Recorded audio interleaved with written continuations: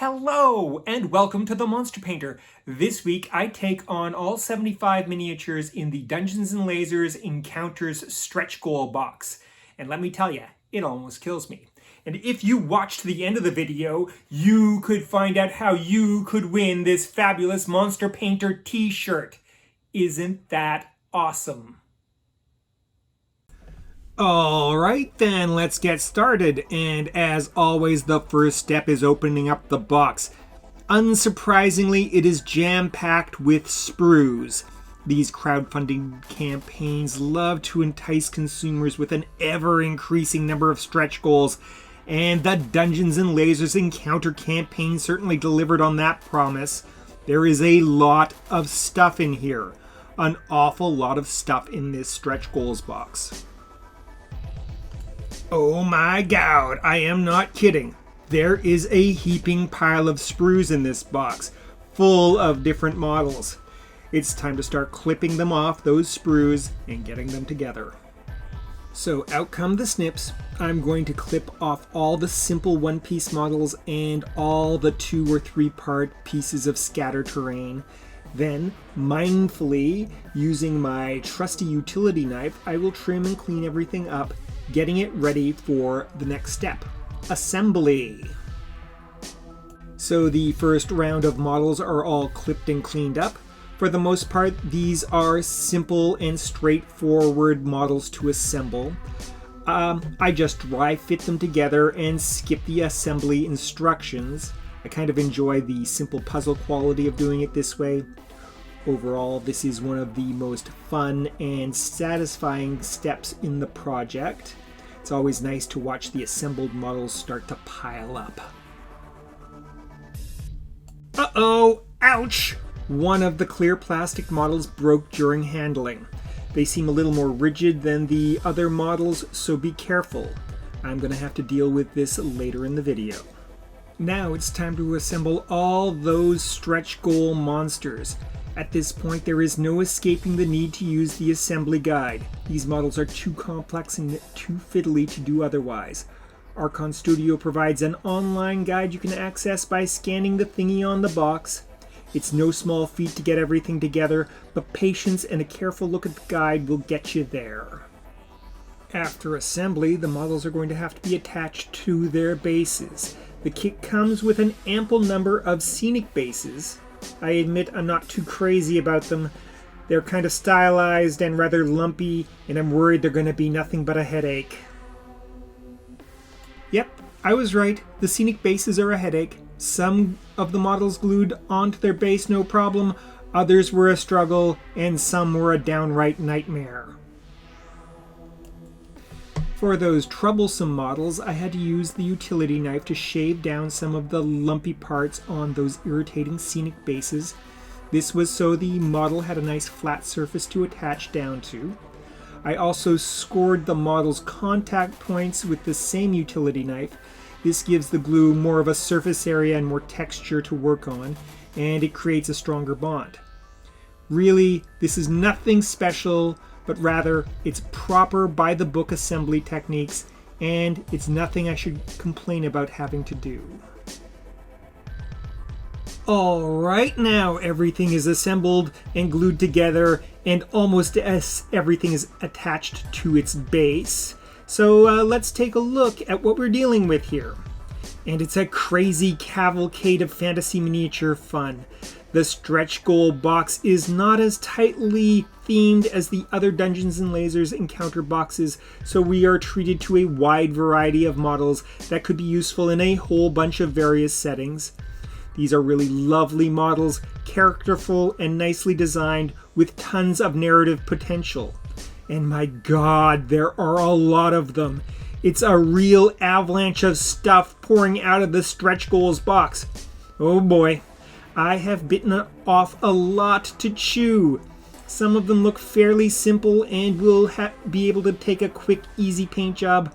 Others are quite complex with plenty of details and are going to require a very involved paint job to pull off.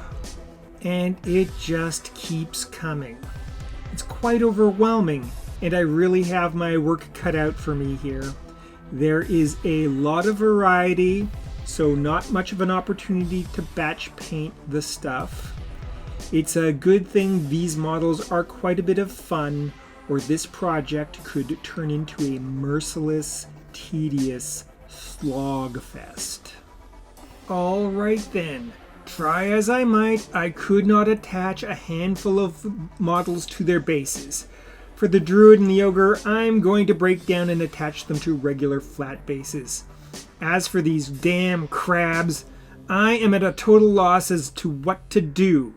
If only I had someone to turn to for advice on this challenging problem.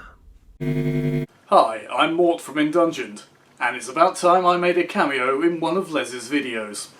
So, when it comes to things like spiders, scorpions, insects, and this crab, you may be wondering about how you're going to attach it to a base.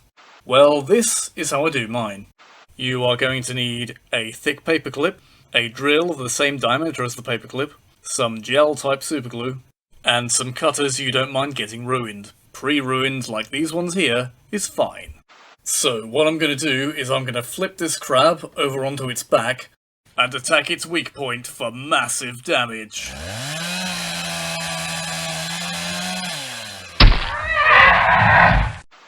And now that I've drilled a hole in the crab, I'm drilling a corresponding hole in the base. Next, it's time to take your clippers and cut a length of the extra thick paperclip. And now I use superglue to glue the paperclip into the hole in the crab.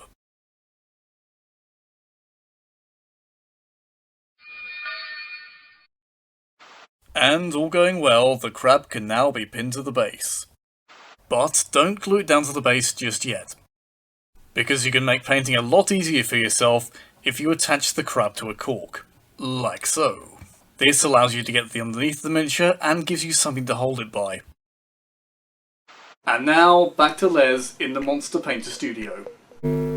Well, what I was doing certainly was not working, so I might as well use Mort's method. And I do like doing massive damage. So here we go. This is the opening salvo in a battle against a mighty mountain of miniatures. And Mort's correct. It is a lot easier to paint these mean crustaceans up when you have something to hold on to. As I pick away at these terrifying sea creatures, it brings to mind the question, what would happen if cockroaches lived under the sea? They'd charge $14.99 a pound for them, that's what would happen. And hey, these things are starting to look really nice and finished. Thanks for the advice, Mort. And if you want to see more of Mort, check out his excellent channel Indungeoned by clicking the link in the description below. Well then, with all those giant crabs out of the way, it is time to face the enormous heap of models.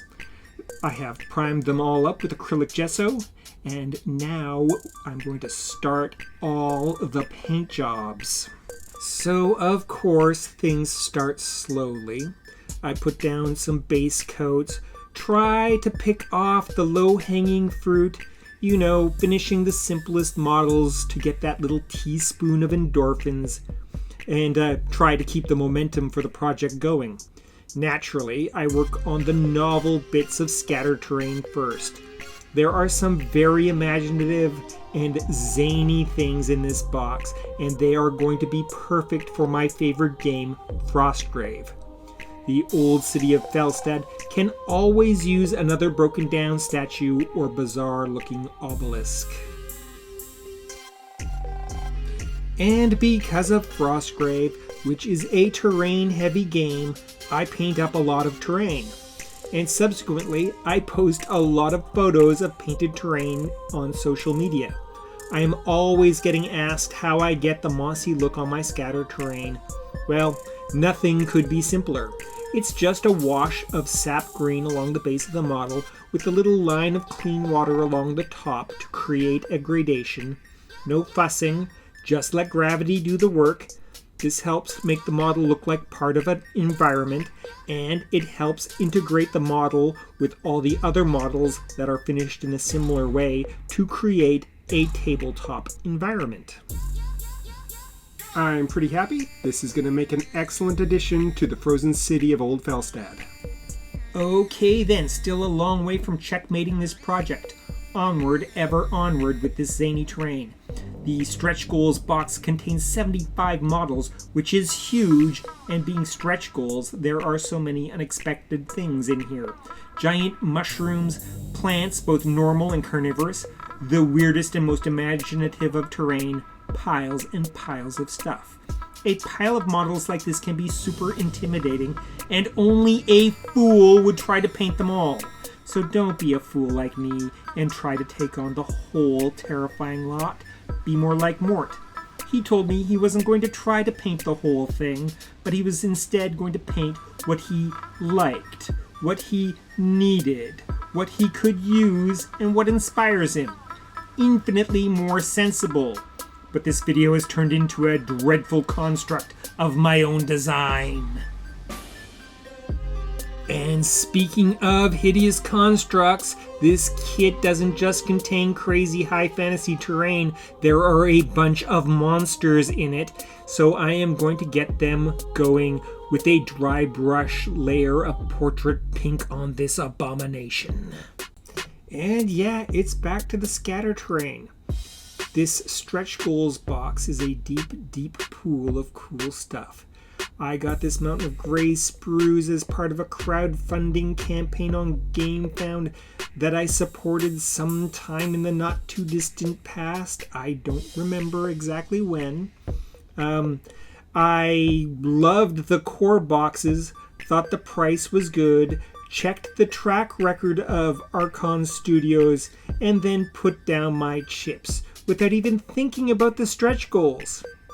Time passes, and then in March, my volume bargain purchase landed on me like an avalanche of fun. Included in that avalanche were these stretch goals in the stretch goals box. A whopping pile of models I didn't know I needed, and now I had them and I needed to paint them. Okay, it's time to deal with another problem with some of these miniatures, particularly with the translucent models. They are all quite tippy and they need to be mounted on bases because I really do not like tippy models. Only the crazy pillar really fits and works with the scenic bases that came with the kit. And so to solve this, I'm going to have to go out into the great big world and find a solution. And what kind of solutions did I find? Well, I picked up this big oval base from the used bin at my local game shop, the Sword and Board. A decent price, and it's going to be great for the stained glass. I dug up a couple of bigger bases from my own pile. They're going to be good for the sun thing and the fountain. And for that big elven gate, I resorted to my secret weapon. Perhaps not the most economic solution, but it's going to look super cool in the end. So, in order to mount these crazy things to their respective bases, I will first use my trusty utility knife to score up the bottom of the model in order to create a nice rough texture.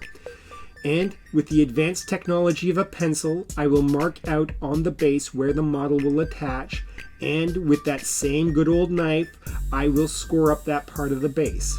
I am doing this because I will attach the two parts with acrylic gel rather than conventional model glue, and I want the connections to have a lot of tooth so the gel will really hold them together. You see, model glues can sometimes cause translucent plastics to become frosted, and I very much wanted to avoid that problem. So rather than risk it, I am using the acrylic gel, which never causes this problem. However, it does take a long time to dry and set, so it must be done with care and patience. Alright, now that they are all properly mounted on bases and no longer as tippy as a poet on payday, I can paint them up. I have applied some textured gel to the plain bases so they have a convincing terrain look, and primed them all up with acrylic matte medium so the thin layers of paint adhere to the model. And away we go. There are two main tricks to painting translucent models. The first is you want to paint some of the parts of the model opaque. This will contrast with the translucent parts of the model and heighten the dramatic effect of the translucency. The other trick is to do as little as possible to the translucent parts.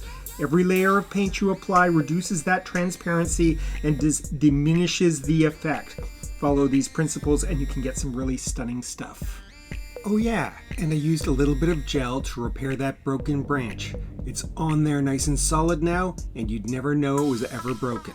Well, with those fine pieces of terrain finally out of the way, we are on to the home stretch. And holy mackerel, is there a lot of stuff in this kit. And I mean a lot of stuff. As well as some remarkably imaginative terrain, there are a good number of monsters. Evil-looking plants, creatures of classical mythology, dryads, mermaids. There's even a druid in this set. A veritable potpourri, the kind of variety that seems suitable to a set of stretch goals. An almost random selection released over the course of a campaign, tempting and sweetening the lot until it is irresistible and you open up your wallet and commit. The net result is a stretch box goal with a frighteningly huge selection. I have been banging away at this pile for a couple of months now, and it has become quite the marathon. When I started this project, I did not know what I was getting into, and it has taken 3 times longer than I estimated. Now granted, I am terrible at estimating how long a project will take. Coincidentally, life has decided to have a bit of fun with me, and I ended up with about half as much time as I had planned to work on the thing. So, as a result, this project has stretched and stretched and stretched on. But now, I am almost at the finish line, and thank goodness for that. Of course, the final step before the finish line is always the little tiny details, the itty-bitty small details that usually sell the miniature. To this end, I break out my magnifying lens and the superfine brushes and paint up all those eyes and belt buckles and whatever else there is. With those out of the way, we can finally take a look at the finished products. And if I had a boat, I'd sail it on the ocean, and if I had a horse, I'd ride him on my boat. Oh, a spider's nest! And don't those baby ice spiders sure look cute? And here's their beautiful mama, bringing home some delicious dinner. These 3 ladies are beautiful badasses. Give them any trouble, and they're gonna eat your lunch. Enough is enough! I have had it with these mother-loving snakes on this mother-loving plane! A wise old owl and his dim-witted human companion. Yeah, they're big, but at least they're not them big. Treasure tokens suitable for paleontologists and archaeologists. But when do they ever have adventures? Well, obviously, she's wearing that mask to protect her secret identity. I give you Our Lady of the Succulents and her best friend, the Queen of Weeds. Many of the pillars and columns in the haunted ruins are dangerous and might try to kill you. And some of them are obviously dangerous and will try to kill you. I love the sexy slither of a lovely lady snake. Well, this is where Mr. Scratch told us to meet him. You brought your violin, right? Good, good. You know, if we win this, it could really solve all our problems. I don't know what it says. It's in coon form, not hieroglyphics. Something about a guy named E. Nasser and bad copper. Good thing those vines are holding down that boulder. Otherwise, that big rock might just float away. Why are all the statues in the haunted ruins so damn creepy looking? Sure, maybe it's a forbidden altar to some unspeakable eldritch entity, but those chains look like they're made out of solid gold. It is said that the lesser flame serpent is most vulnerable when it is molting. But to be honest, it doesn't look that vulnerable. Every column and pillar, statue and monument in these godforsaken ruins are trying to kill us. Except for this weird-looking obelisk. What's that about? Hey, Thorngrim Furpants, what are you doing with that dire pineapple? Well, monster crabs, I am tending it so it will grow into a mighty fortress. Well, good luck with that, Thorngrim, and make sure to be at work bright and early. We have a lot of enemies to drive before us. Sure thing, monster crabs, sure thing. It is easy to judge a primitive species by their crude dwellings. But how primitive can they be when they make such excellent bone-in prosciutto? Why are all the mushrooms in the Feywild so big? They're starting to freak me out. What were we talking about? Commonly known as the devil's onion, this plant provides the base for many potions and alchemical recipes. And while it can be cultivated at a large scale, those that do describe it as running a fur farm stocked with honey badgers. Conversely, a domesticated version of the dire cabbage, known as Seymour's trap, is somewhat intelligent and often planted as a guard on remote farms. Introducing Hugh Yakman.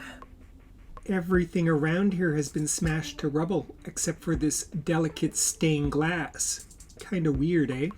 I don't think this thing is meant to scare the crows. Yeah, it's probably an elven gate to the Feywild, but I'm still not going near it. Okay, let me get this straight. You want me to get in that bucket and you're going to lower me down into that dank dark hole so we can get to the next level of the dungeon? Obviously, it's a roadside shrine and no, I don't think there are any valuables. Yeesh. I do not know what it is, and I don't know what it does. All I can tell you is those ancient elves were weird. Oh, look at the cute little animal. Nothing dangerous here. The Pergosian troll is not real. It's just something they made up to scare failing kleptocrats. No, I absolutely do not think he ate the whole thing by himself. Yeah, it's probably magical and definitely dangerous. Let's both drink from it. You first. Remember, when you build your first monster, don't be too ambitious. You don't want it to fall apart when it's running amok. It's not really a totem, it's more of a heraldic crest for one of the local families. So, Cerberus had puppies, and Poseidon bought one in order to guard Davy Jones's locker. No, I am afraid I do not think she is interested in your opinion on her musical technique, her choice of instrument, or anything else that you have to say. You threw the rabbit folk rogue where? Oh, you dingbat. They are my Monday morning spirit guides. Now that's what I call glamping. He's amphibious, and he's poisonous, and he sure ain't gonna let you dissect him. It's just another night on the road, I guess.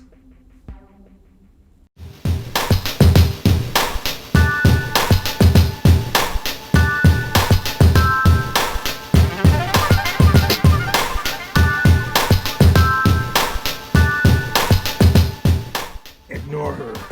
She is not some strange lady distributing swords as the basis for governance. She is in fact an evil spirit who lures naive squires and drunken knights to a watery grave with promises of status and power.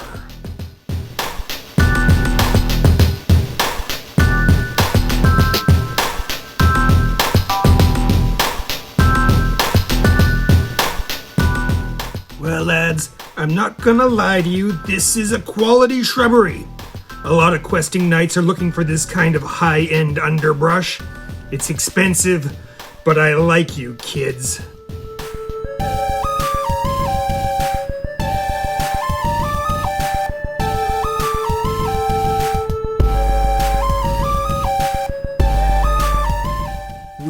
completed your quest.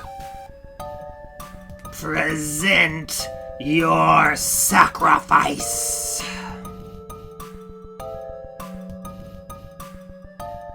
That is not a shrubbery. That is a fern and a couple of succulents. You have failed your quest. Nee! Next. What is this pathetic Charlie Brown Christmas special shrubbery? It will not do. To you I say, nee! Nee! I grow impatient. You there, what did you bring us? Not bad. Not bad at all. You may pass. Well then. Oh, that is nice. Hey, you. Check this out. Wow, that is one nice shrubbery for sure. Yes. This is excellent. You shall be rewarded with another quest. This time we would like some bedding plants, pansies, begonias, and some marigolds. Oh yeah, and some dahlias. Yes, dahlias, and maybe some African daisies. And there you have it. Every single last Dungeons and Lasers Encounters stretch goal miniature, all painted up and tied off with a nonsensical bow. The unexpected love child of model railroading and the game of chess. Many people are concerned about the development of generative AI technology. Well, I'm here to alert you to a much more dire technological development. What you see on the other monitor is not a potted plant. It is in fact a cake baked by my colleagues Laura and Danny. If baking technology is continued to develop at this pace, it will soon become impossible to tell what is and is not a cake. Is that any kind of world you want to live in? End transmission. Hey, the other day I was in the park playing Pokemon Go when I caught myself a Pikachu. And as I was looking at it, I started to realize that it wasn't a Pikachu. It was in fact a rat. And then it dawned on me. You need a smartphone to play Pokemon Go. Here comes the monster fight. This time it's a super heavyweight match featuring a hideous abomination. A flesh golem cobbled together from spare parts by a junior lab technician for a local science fair. And this big ugly troll. A cruel and cunning villain who does not care how many bodies lie between him and his goals. And now we turn to the dice to determine the outcome. Well, would you look at that? Let's see how this all plays out.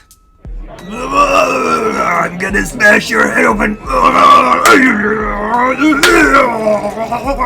You can't beat me. I'll kill you. I'm gonna get shot.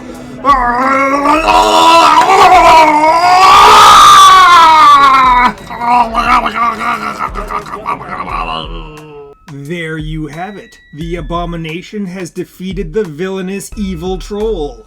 But will the villagers sleep easy tonight? Oh, hey, you made it to the end of that long, silly video. You must be a monster painter diehard, or you really want to win this fabulous men's large t-shirt. Or if your body doesn't conform to a men's large, you can get this fabulous Monster Painter Matlock bag instead.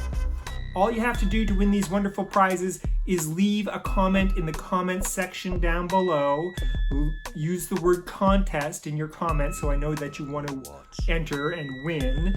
And then in the next episode of the Monster Painter, I will draw a name from the hat from all the people who left comments with the word contest in the comment. And that person will win one of these 2 fabulous prizes. It could be you, so get commenting. Next time on the Monster Painter, I'm taking a break from Dungeons and Lasers encounters, and I'm gonna look at a crazy old board game, the Omega Virus. Remember to like, comment, subscribe, And ring the bell. Ring the bell.